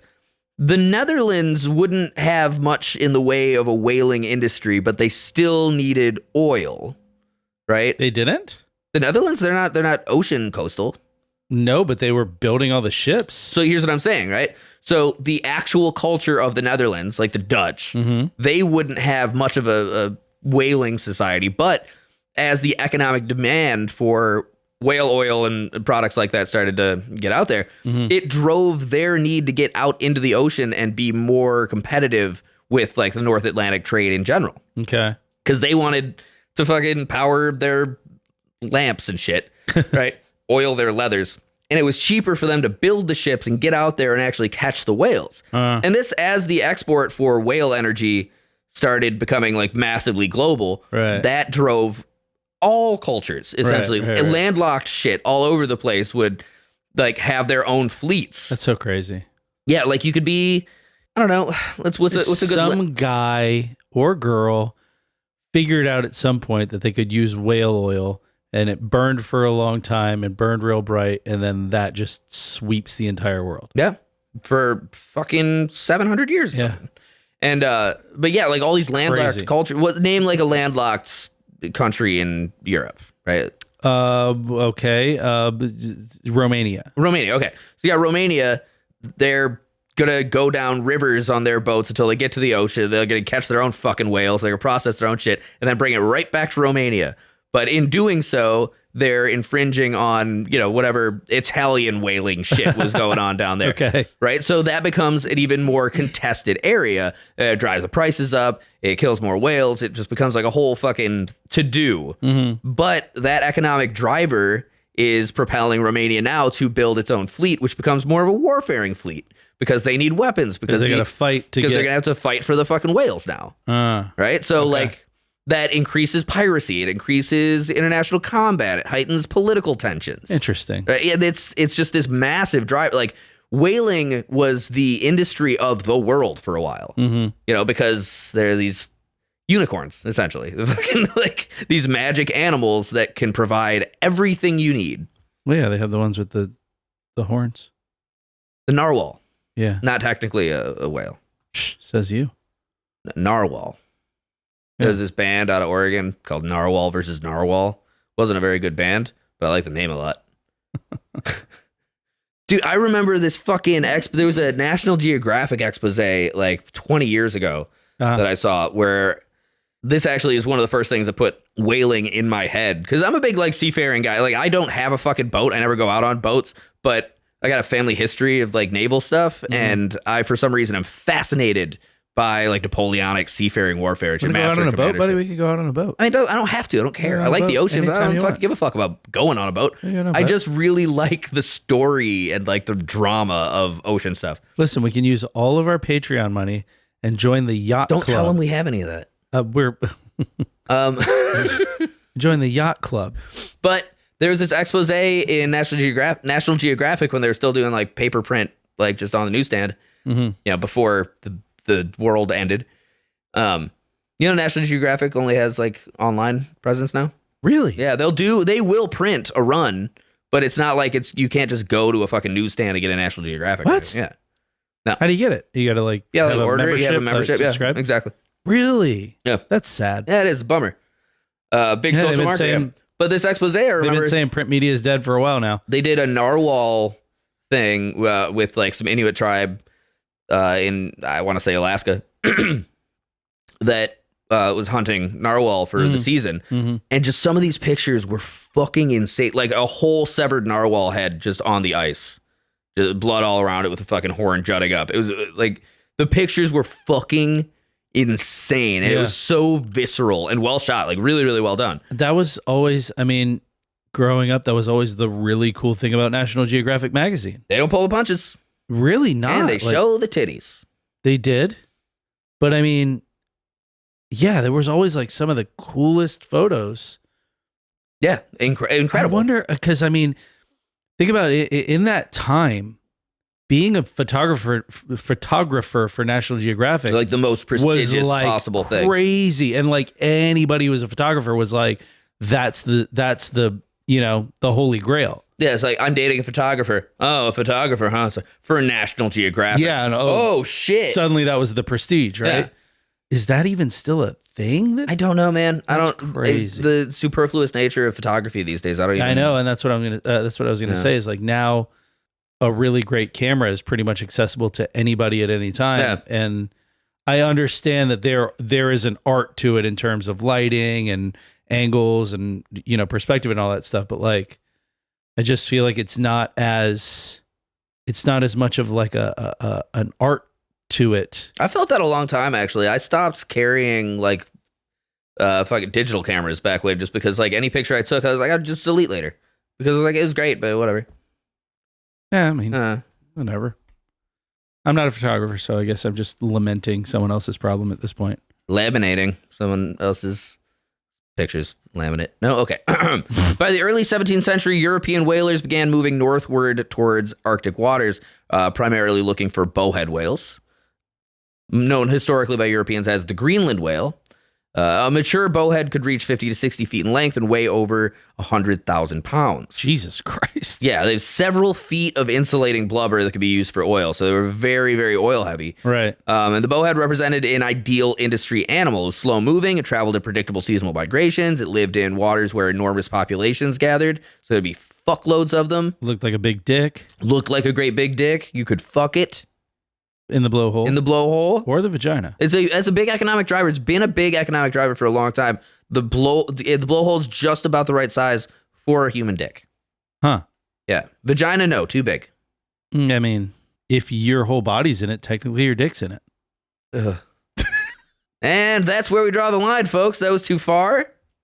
And I personally apologize. Anyway. The Dutch Republic became a dominant European whaling power during the 17th century.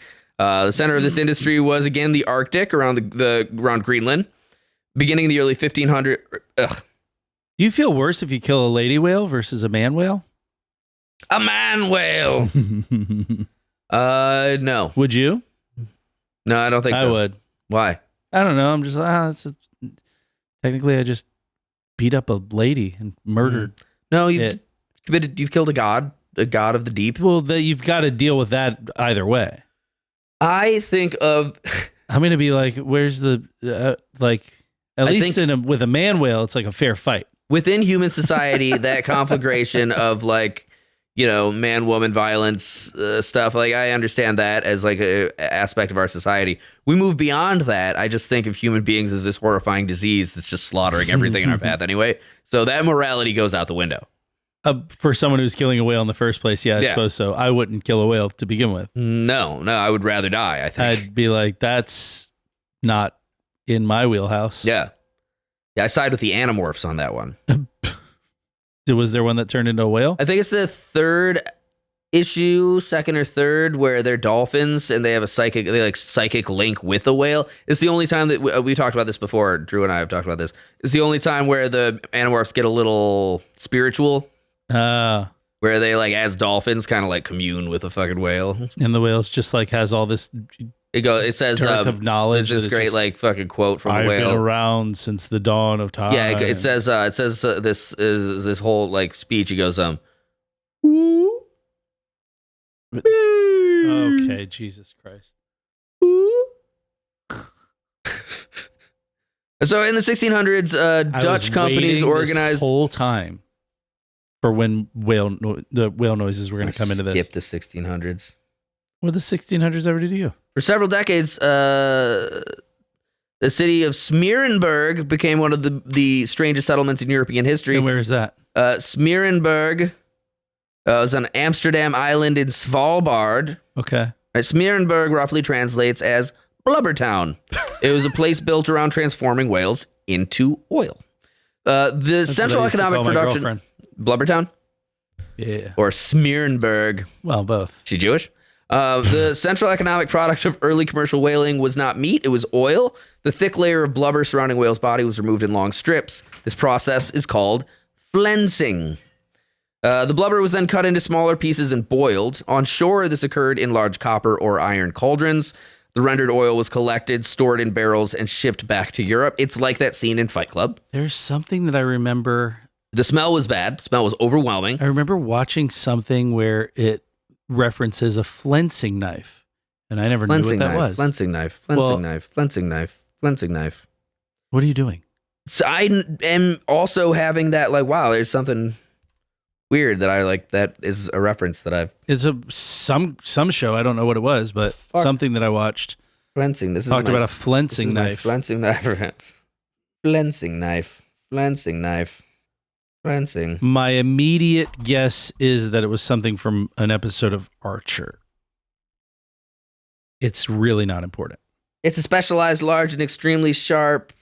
It's obviously a knife designed for flensing, the thing you just talked about. Used in the whaling industry to strip blubber from whale carcasses. No shit, Sherlock. Practice known as flensing. So the blubber was then cut into small pieces and boiled. I wasn't trying to figure out what it does. It was obvious what it does. You fucking dweeb. Whale oil was used for lighting. It was used in industrial lubrication for clocks, firearms, tactile machinery, precision instruments. It was super gross. They used it for soap, varnish, paint, leather processing, corsetry, umbrellas, fashion accessories. Whale oil paint. Yeah. It makes sense. I mean, there's oil-based paint. Okay. So the economics of like a later stage whaling expedition were pretty interesting. A whale voyage required enormous investment. You had ships that were fucking crazy expensive. The equipment was crazy expensive. The crews were expensive because they were all going to fucking die maybe. Jesus Christ. It was a huge turnover because people were constantly injured or drowned. Ships sank at sea all the fucking time. I can't imagine like pissing off a whale. Well, and then also, then having to continuously piss it off until either it or you dies. If you were like, say you were coming out of Nantucket, right, which is like a huge community, Nantucket Island off of the coast of Massachusetts. Is a huge whaling community, like the most famous whaling community. Almost based on what? Moby Dick, dude. Okay. Just because you don't know about whaling doesn't mean no. I don't even think about Nantucket whenever I think about whaling. Buddy, I have just described how this was the most important thing on Earth for like 600 years. Right, and I'm saying it just is American hubris that we always go, oh, it's the best one was here. Nantucket Island was like a particularly renowned whaling community. Okay. All right. They had like fucking 3,000 people lived there. There were 300 whaling ships on I'm just saying that in the U.S., we default to everything great has come from here and everything bad comes from elsewhere. Right. The bees are Africanized. But like, I just say, like, if you were on a ship that left Nantucket, one, you're signing up for a 2.5-year voyage. Jesus. You're going to come home fucking rich, loaded with fucking crazy amounts of oil that will, Or in a box. or you just won't come home at all. Or at the bottom of the ocean. At the bottom of the ocean, exactly. You're like, every ship coming out of there, almost every one of them was going to go around the fucking Cape of Good Horn. I think it's Go around Cape Horn at some point. You know? I think we're the Cape of Good Horn. I think we're being extremely optimistic when I said the bottom of the ocean. I'll bet you a bunch of motherfuckers died just from being in cramped quarters on a ship. That, I mean, yeah, of course. There's sanitation issues. In a scurvy. pre-antibiotic world.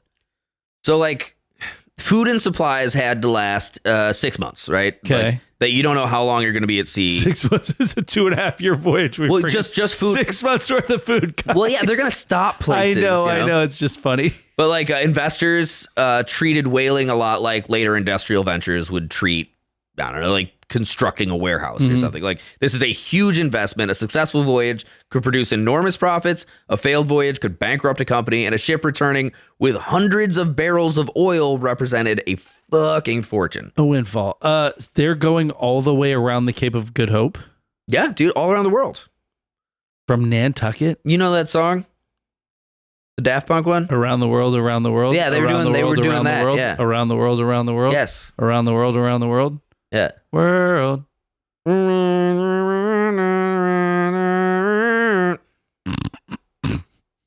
That's crazy. That's a long trip.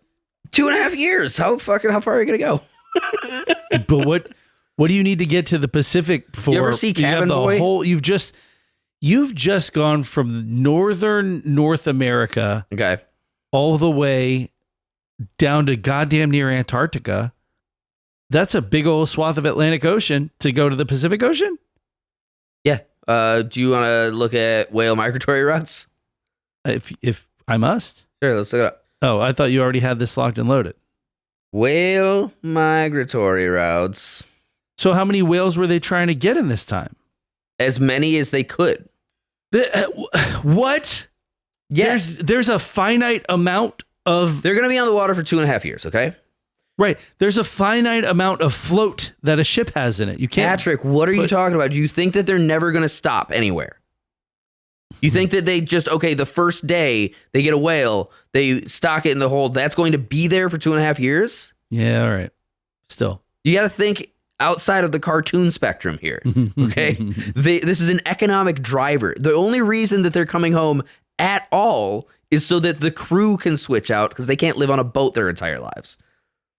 Okie dokie. Because once that ship gets refabbed and refurbished, then gets a new fucking crew, it's going back out for another 2.5 years. Fresh load of suckers.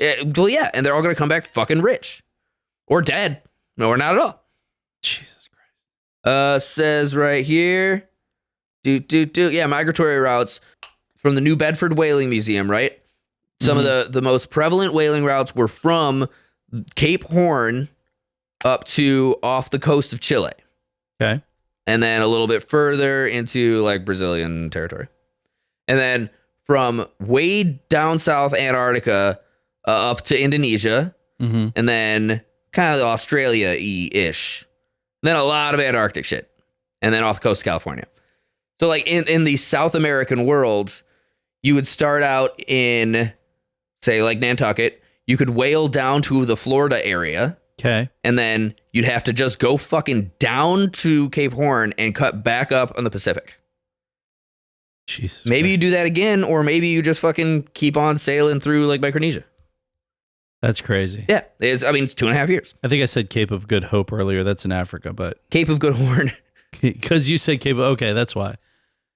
Cape Horn is the tip of South America. Yeah, if you went north, Which, by the way, the ocean there, we've talked about this before on the podcast.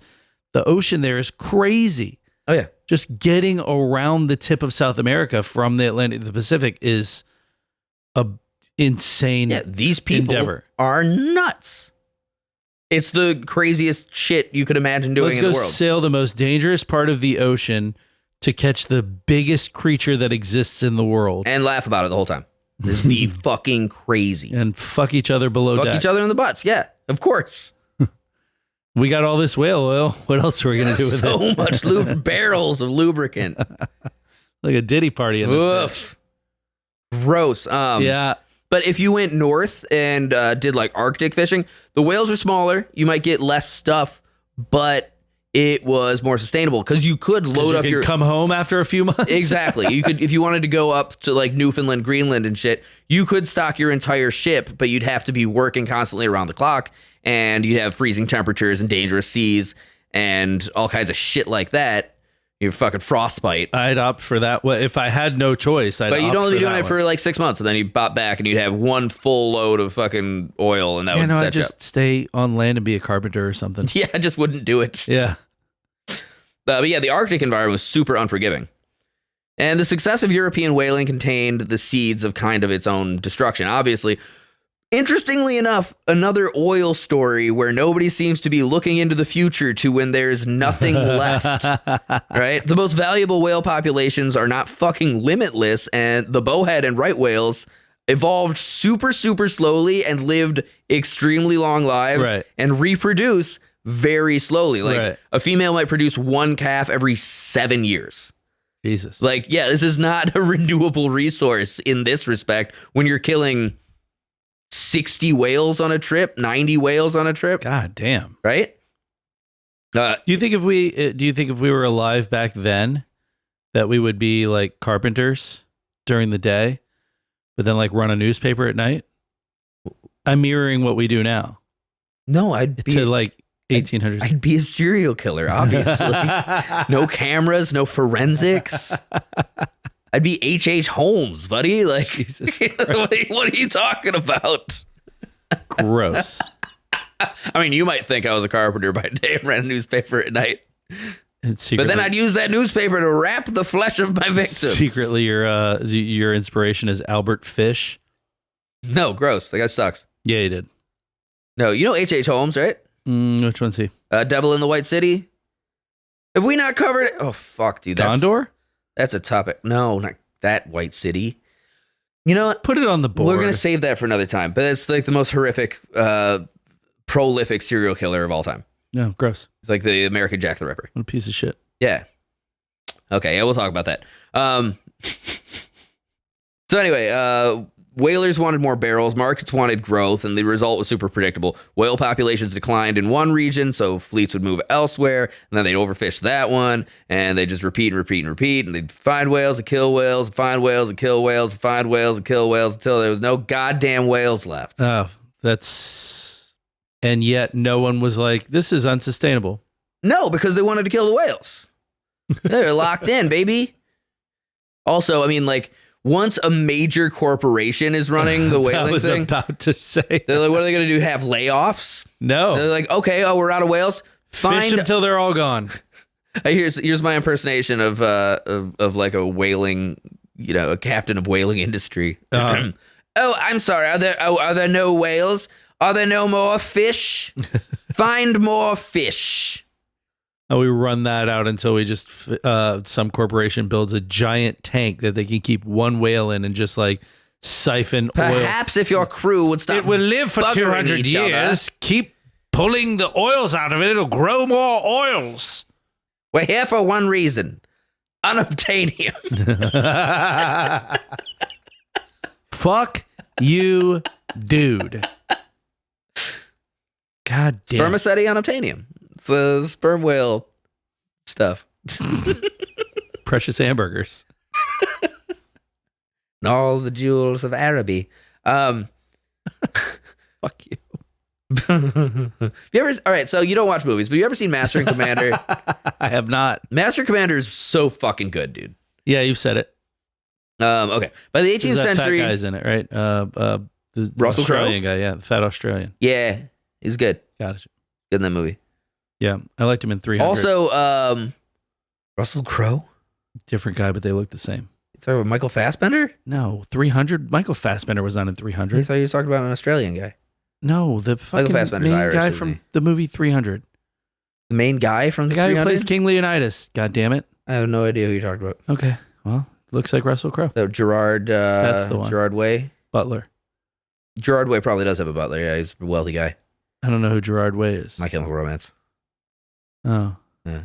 Jesus Christ. So anyway, by the 18th century, European whaling had expanded dramatically, and the Basques had crossed the Atlantic, and the Dutch had dominated Africa, and the English and it was just doing England shit, fucking conquering everything. 18th century whaling. Yes. And then eventually, another group would rise to transform whaling more than any other ever had before. Slaves. Well, yes, the Americans. The American whaling industry would take everything learned from centuries of European experience and push it further than anyone had imagined. American whalers would cross every ocean on Earth. They would cross every ocean on Earth. They would create some of the wealthiest maritime communities in the United States, and they'd produce one of the great literary works of the 19th century in, what's that, Moby's Cock, I believe it's called. Mobius cock. Mobius Cock. It's just a never-ending cock. I'm Mobius Cock. It's shaped like an 8. But of course, that great work was based on one of the most extraordinary maritime disasters ever recorded, which is the wreck of the whale ship, the Essex. We just had a third Futurama reference. I think Mobius Dick was in one of the episodes of Mobius Dick? Mobius Dick. Mobius Dickus. They did a Futurama with Mobius Dick. We're becoming that like Simpsons. Simpsons already did it. Yeah. With all of our references today. Simpsons did it. Anyway, what were you saying? So one of the great whaling disasters or maritime disasters of all time is the wreck of the ship, the Essex. Okay. Right? The whaling ship, the Essex, came from Nantucket. Okay. Right? And it was a pretty standard American whaling vessel, which had a really like standard setup, right? Mm-hmm. You know, once they were out there on the water, they'd see a whale. Somebody would say, "There she blows," quite literally. See, like fucking, hacky, they call it dumb. whale sign. I know, like overused, Jeez. right? But they would do that shit. And then the crew launched small boats, usually 6 men per boat. There's a boat steerer, 4 rowers, and a boat officer. And they would chase down the whale. Uh-huh. And it was very, very dangerous. The whale could dive suddenly, or after they speared or harpooned the whale with ropes attached to the harpoons that they would then tie to the bow of their little boat. Right? That whale could drag them all to their fucking deaths if it was strong enough, or overturn the vessel, or just bip it with their tail. Yeah. But if they didn't, they would do something that is referred to as a Nantucket sleigh ride, where this whale would jet and the boat would fucking like zip across the water behind it, being towed as they sunk more fucking harpoons into it. That moment of like the Nantucket sleigh ride is kind of the most iconic thing in whaling. One, because it's the craziest shit you could imagine doing ever. In Moby Dick, right? Like that's like the big thing everyone's looking for. Yeah. They want the sleigh ride. Yeah. They want the red water and the fucking churning and just fucking going, right? God damn. It also looks like fun. Looks like a lot of fun. I don't like it. But yeah, it's the you had to get real close to throw the harpoon by hand. Yeah, I would imagine. Right? It's not distant. There's like a fucking, you're throwing a spear into the fucking thing, right? And you can't be more than like, what, 10, 20 feet away from it? No, at all. Most? Yeah, exactly. It's a really intimate attack. Like, imagine doing this to, like, say, a boar, you know? That's smaller than you, but still, like, I would be terrified. To be 10 feet away from a boar and harpoon it? Yeah, if that thing didn't die right then, I'm in some shit. By the way, also let's run this to scale, right? Throw a toothpick into a boar. Right? From 10 feet away. And also be a baby. Fucking hell. So one of the whales that they coveted the most was the sperm whale. Inside the head of a sperm whale was a waxy substance called spermaceti. Hey, that's my cousin. Hey, Spermaceti. spermaceti. Hey, we're going to take you to this. You like Italian? You like Italian? You like pasta? Hey, baby, I got us reservations over at Spermaceti's tonight. Hey, try not to get it all over your face. You know what I'm saying? 19th century scientists debate its purpose, but whalers knew its economic value. It produced bright burning candles and high quality lubricants and fine industrial oils. It was essentially the same as all the other whales? Yeah, but it's better. It had a fancy name? It's the good stuff. It just had a fancy Italian name. Yeah. Spermaceti. We're going to a spermaceti. So spermaceti candles burned cleaner and brighter than ordinary tallow candles, and they became luxury goods. The whale's blubber produced oil used for machinery lubrication and shit like that. But it Darling, but this was referred to I as... want a whole set of spermaceti candles. and I want some new spermaceti lubricant. I'll take the sperm oil. It was called sperm oil. So like sperm oil products were like luxury items, especially in the United States. So you'd sell things like sperm oil. I didn't know I could sell it, but cool. But the strongest whale product was ambergris, right? Which is produced in the digestive system of sperm whales. Precious ambergris? It's a waxy substance occasionally found floating in the ocean. Historically, it's used in perfumes, medicines, and luxury goods. A single piece could be worth a fucking fortune. Yeah. You know, if you found a pound of ambergris, I mean, that could be You're rich as fuck. Today the equivalent of like $30,000. Yeah. You know? Yeah, so occasionally you just find that shit floating around after a whale's stomach explodes, which is fun. American whaling was not confined to American waters, and by the 1840s, American ships had become truly global. They operated in the Atlantic, the Pacific, the Indian Ocean, Arctic waters, and they visited islands and ports throughout the world. This created encounters between American sailors and countless cultures. So, like, whalers would trade with Pacific Islanders, and they introduced new diseases to these islands, right? Tale as old as time, They participated in colonial economies. They mapped coastlines. They collected specimens. They fucked a lot. That's cool. Sailors that are on a boat for 2.5 years and they're not fucking each other's butts. Yeah, they're tired of Carl. They're going to land on some island and... I mean, what did I say? Topless Tahitian women with flower wreaths. What did I say was like a big thing in like everything all the time in history? Fucking? Yeah, there's another one, like a meaner one. Killing. Somewhere in between that. Raping. Rape. Yeah, there's a lot of raping going on. So there's a big history of American sailors getting out there and raping up the civilians on whatever island they landed on. That topless Tahitian woman wants it. I saw the way she looked at me. Yeah, she's trying to get home to her family, but she could wait a minute. If she didn't want it, she wouldn't be wearing that grass skirt. So yeah, the whale ship became one of the notorious vehicles through which America entered global history on multiple fronts. Gross. Yeah, bad. And it was like it's that kind of thing where you ever see Apocalypto? I have. So you know at the end of Apocalypto and they look out and they're like, hey, the fuck is that? And it's like Columbus's ship's coming. Yeah. Imagine that same thing, but it's like a Tahitian island and it's a whaling ship. I don't think it's Columbus, but it's whatever. It's big the Spanish galleons, yeah. But it's like to say like you're on Tahiti and you look out and you see a fucking whaling ship. Yeah. Like, the fuck? That's not good. That's not going to be good for nobody. So yeah, the romance. There are people riding that god. What the fuck is that giant horse? Did that come from space? It's a sea god with humans on its back, and they're wearing powdered wigs. They smell awful. So like the romance of whaling often hides its brutality, and the industry depended upon essentially immense human suffering all across the board. I don't know that there's any romance in whaling from where I'm standing.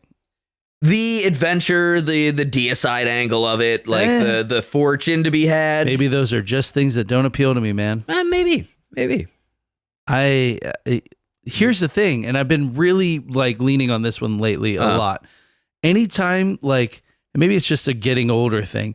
You know, you get these things where, like, you know, we all dealt with it, especially as guys. You know, if you ever want to like tap out on something, you have to deal with your friends sort of ragging on you about it. Yeah. Now, anytime there's like a dick measuring contest in my life about anything ever, I'm like, buddy, I'm not trying to fuck you. Why am I trying to impress you? I also I'm the exact same way. You've seen me do that before. I'm like, I don't fuck. I'm not doing that. Yeah, I'm not trying to impress you. Yeah, we have a mutual friend. Like, I guess you don't want to fucking do it. Yeah, because you're a big pussy. Like, maybe I am. Listeners will know exactly who we're talking about. But anyway, the cost of human suffering was insane. Aside from the horror of the whales, right? For sailors, there's lots of isolation and danger, and a lot of people never returned. Ships were lost. Families waited years. That picture you brought up earlier looked like a pretty big whore whale. Yeah. There's a whale whore. I may have looked up. Don't worry about it. So admit it. Admit what you did. Yeah, I looked up Pearl from SpongeBob. I think it's still on my phone, actually. It definitely is. Oh no, I guess What exactly did you type into the browser? Flensing knife. Oh, there it is. Pearl from SpongeBob naked. Oh my God. And then he turns his phone around and made me see this. What the fuck? She's got some whale mounts, baby. He's got some whale mounts. Okay, I'm gonna stop doing that. Oh my God. What is happening? So, all right, now this last part. Okay. I'm gonna talk a little bit about the wreck of the whale ship, the Essex. I was listening to an audiobook earlier. There was actually a true account from this guy, Owen Chase, who was the first mate of the whaling ship. Okay. Right. His account is called The Wreck of the Whale Ship Essex. And he survived by some miracle. Original news stories of the whale ship attacks, men who survived, and cannibalism. Wowzers. That's a heavy article title. That's the name of the book, or that is the name of the book. Oh, yeah. okay. It was like a compilation. First, it's his narration, which is quite good, actually. It's outdated and old timey, but it is the actual account that inspired. It's from like the Moby early Dick. 1800s. Yeah. Okay. A lot of like he's the one. His quote is, "The ship was stove by a whale." You know. Okay. There's a lot of these and thous and wherefores. Nowadays, and, we'd say, "Well, fucked our ship up." So the ship itself was built. Yeah, the whale done fucked up my shit. The ship was built in Amesbury, Massachusetts, in 1799. It's 87 feet long, approximately 238 tons. It was a very well respected and successful whale ship, and it was part of the Nantucket fleet. The captain was a George Pollard Jr., and his first mate was Owen Chase. JPJ. And his second mate was a man named Matthew Joy. It was a crew of 20 men representing a diverse maritime world of early 19th century America. The voyage departed on August 12th, 1819 from Nantucket, Massachusetts, and it was doing an Atlantic crossing, and then it was going like back and going to Africa, coming back, going around Cape Horn, and then it was doing a tour of the Pacific sperm whale grounds. Jesus. Which is out... South America. Off of Chile, I would imagine. Yeah, Galapagos Islands, and then that's a fucking hell of a trip. Well, yeah, it's 2.5 years. God, right? Damn. Yeah, they weren't fucking around. And then back around the Cape, back around Cape Horn, home. back up the coast. But so fuck. There's a book and a movie based off of this account called In the Heart of the Sea, and that I swear I thought you were going to say Moby Dick. It's called Moby Dick. No, it's In the Heart of the Sea. Is a pretty good like deep dive on the Essex story, and in that book it like swears that these sperm whale hunting grounds. I did air quotes on the radio. Sperm whale hunting grounds off South America were like a legendary thing that were told to like the captain by some drunk in a bar or something. It's like one of those stories. Mm-hmm. And then they went out to go find it, and this is where shit done fucked up. So on November 20th, 1820, the Essex was hunting sperm whales approximately 2,000 nautical miles west of South America in the Pacific Ocean. The crew spotted a pod of sperm whales. They lowered their boats, and the hunt proceeded normally. Then something happened. A large sperm whale, estimated at roughly 85 feet, approached the ship. According to Owen Chase's account, the whale struck the vessel twice. The first impact damaged the ship a little bit. The second was catastrophic. And in his narration, in the book I was listening to earlier, he says specifically, the first hit was like broadside. He saw the whale coming, and he's like, the fuck is going on here? Because this isn't normal. And they're smart creatures. And it hurt the boat a little bit, didn't do much. And then he saw the whale dive and go down and then turn around and come forward to the bow of the boat. And he said he saw in its eyes fucking hatred and like anger, and he saw it like gnashing its teeth. This is his account. That's badass, right? And then it occurred to him that what the fucking whale was doing was it was going for the front because the Essex was moving forward, and the whale realized that just hitting it wasn't going to do it. It was going to have to double its compound momentum. the force. Yeah. Exactly. So it goes at it head on and stoves in the fucking whole front of the ship, and the bitch goes down. Damn. Right? Like, looking at that, like... This is the first part of this episode that I'm really into. That just has to be the moment where you're like, oh, fuck, maybe we've been doing a bad thing here. I really do love a learn your lessons when you're fucking with nature story. Yeah, you fuck around and find out, right? 100%. So yeah, the first impact damaged the ship. The second That whale deserves a medal. sunk that bitch. The whale rammed the Essex with enough force to destroy the bow. The ship began taking water. Within minutes, the crew understood something pretty unprecedented, was that they just fucking lost to this whale. Mm-hmm. Right? Now we've all got to go in the water where the whale's still hanging out. Well, now that character becomes Moby Dick, right? Right. So like ostensibly the idea of Moby Dick is kind of something along the lines of Captain Ahab would have been the captain of the Essex. Right. Right. Okay. And he loses his leg in this sinking, which is Sure. fictionalized, but then he spends the rest of his life obsessing over that whale. Right. Which is cool. It's a cool story. It is cool. And sperm whales are carnivorous whales with big fuck teeth. Yeah. Yeah, they are. And it could have taken his leg. They didn't, but It could have taken all those guys out one at a time. so after the sinking, the crew faced this realization, right? They had 3 small whaleboats, limited food, limited water, and thousands of miles to go until they reached land. Nearest islands were uncertain, and it was hurricane season. The men debated whether or not they should sail towards the Marquesas Islands or the Easter Island, or South America. They're 2,000 miles from anything, right? Open fuck ocean, Whoops. right? And now they've just got dinghies, essentially. Yeah. Right? They feared encountering hostile people based largely on a lot of exaggerated accounts like cannibalism, and you know how South Americans are. Why? What? What? Why South Americans? What about them? Why are they the cannibals? Aren't they? Literally, they're a stone's throw from Papua New Guinea where there were actual cannibals. I don't know anything about them. I hear they're filthy people. I don't know. Particularly Brazilians. Flip this whole studio apart. So they feared encountering hostiles, right? So they figured they would sail east towards South America, but it proved to be a pretty disastrous decision. The journey became one of the most brutal survival stories in maritime history. The men endured dehydration and starvation, exposure and disease, psychological collapse, and just months on the water. Fucking Don't even months. feel bad for them. They had food and they had water. Yeah, it's called their crewmates. No, they had some turtles that they were able to get off the ship because they had a bunch of turtles. Interesting detail in the story, actually. These whaling ships, if they had a chance, because these got stopped at the Galapagos Islands and they got a bunch of turtles. Not tortoises, but turtles. Right, sea turtles. You don't have to feed or water turtles for months at a time. They just act as, they're just there. They'll live. Well, they just had a bunch of live turtles, Yeah. live sea turtles just flopping around? Flopping around, yeah. You don't have to feed or water them, and they will live for months. That's a nightmare. And then you eat them. That's... Well, It's self-preserving food. It doesn't go bad. sea turtles are like this sweetest little guys. Yeah, they're out there killing whales with big sticks. They're bad people.